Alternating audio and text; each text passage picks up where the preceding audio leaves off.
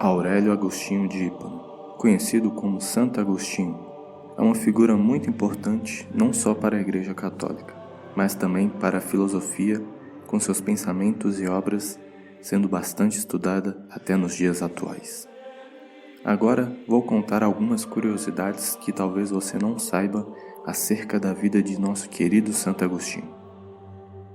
7 curiosidades sobre Santo Agostinho. 1. Nasceu no continente africano.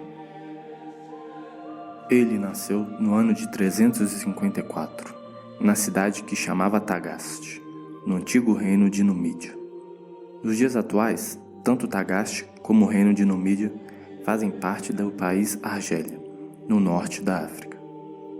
Ele era filho de uma família de alta classe, tendo seu pai, chamado Patrício, continuado pagão mesmo após Santo Agostinho ter se convertido para o cristianismo. No entanto, pouco antes de Patrício morrer, ele se converteu. Já sua mãe, Santa Mônica, sempre foi cristã e rezou durante anos pela conversão de seu marido e filho. Ela foi canonizada não por ter operado milagres, mas sim por ter sido a responsável pela conversão de seu filho, mostrando empenho em ensinar condutas cristãs como moral, pudor e mansidão.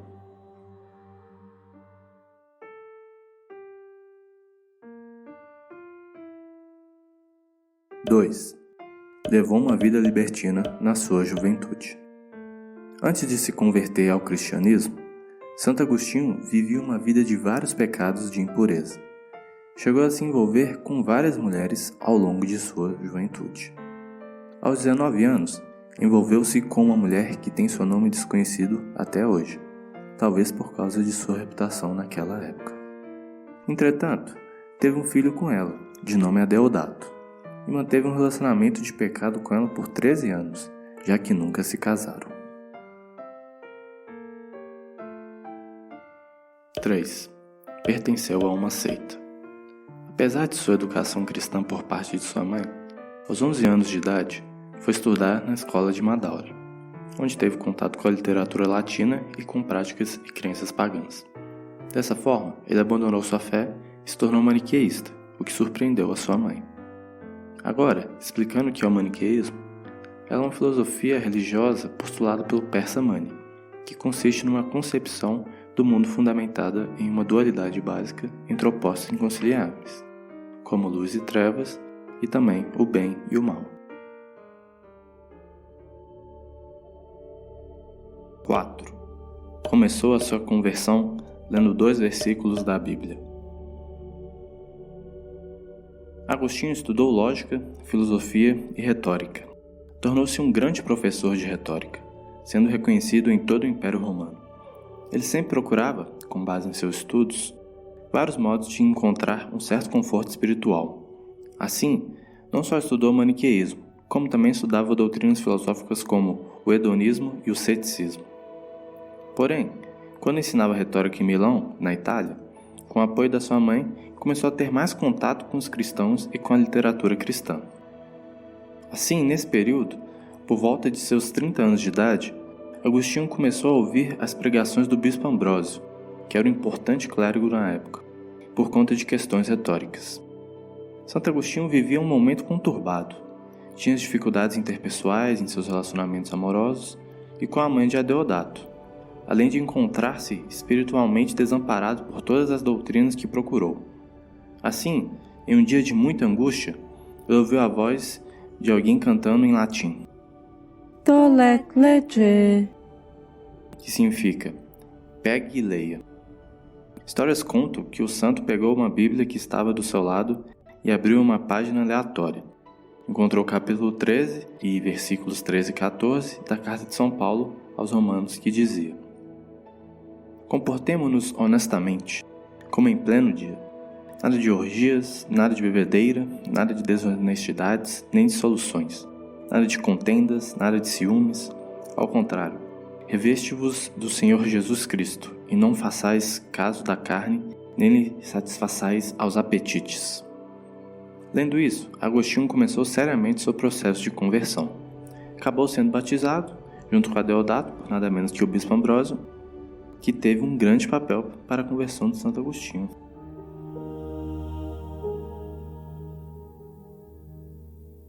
Cinco. Tornou-se um padre da igreja. Para você que não sabe o que significa falar que alguém foi padre da igreja, isso significa que essa pessoa teve uma grande importância para a igreja, com seus trabalhos e estudos acadêmicos sendo utilizados séculos à frente para combater as heresias. Assim, no ano de 388, Agostinho, Mônica e Adeodato se preparavam para voltar ao norte da África. Infelizmente, Mônica só chegou a Ostia, porto da cidade de Roma, onde faleceu. Adeodato também veio a falecer quando chegou à África. Isso deixou Agostinho sozinho. Depois, decidiu vender quase todos os seus bens para dar seu dinheiro aos pobres. Ficou somente com a sua casa, que era da sua família, que converteu em um mosteiro posteriormente. Em 391, foi ordenado sacerdote da diocese de Hipona, que fica na Argélia, e 4 anos depois se tornou bispo coadjutor da cidade e depois bispo titular. Como bispo, escreveu extensa e prodigiosamente. Foi por essa razão que o valor dos seus escritos o converteu em um padre da igreja.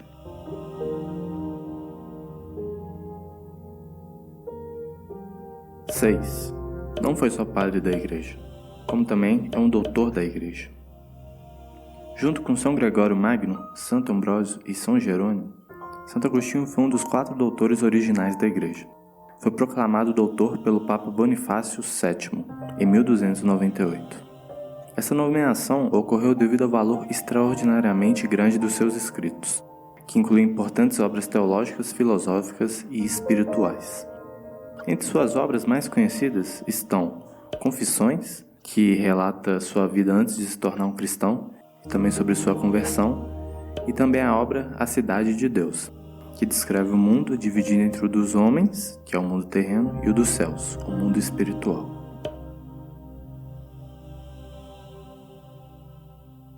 Sete. Foi canonizado por clamor popular. Foi canonizado por aclamação popular, pois o costume da canonização papal ainda não havia surgido. Mas, em 1298, Santo Agostinho foi canonizado pelo Papa Bonifácio VII, com o título de Doctor Gratia, que significa Doutor da Graça em latim. Seu túmulo se encontra na cidade de Pávia, na Itália, na Basílica San Pietro in Ciel d'Oro, que significa São Pedro no Céu de Ouro em italiano.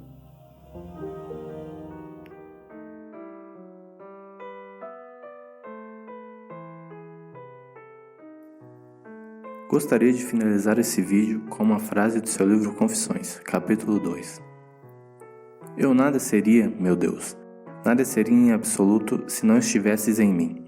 Talvez seria melhor dizer que eu não existiria de modo algum se não estivesse em ti. De quem, por quem e em quem existem todas as coisas? Assim é, Senhor, assim é. Como, pois, posso chamar-te se já estou em ti, ou de onde hás de vir a mim? A que parte do céu ou da terra me hei de recolher, para que ali venha a mim, o meu Deus, ele que disse, eu encho o céu e a terra? Santo Agostinho intercedeu a Deus por nós.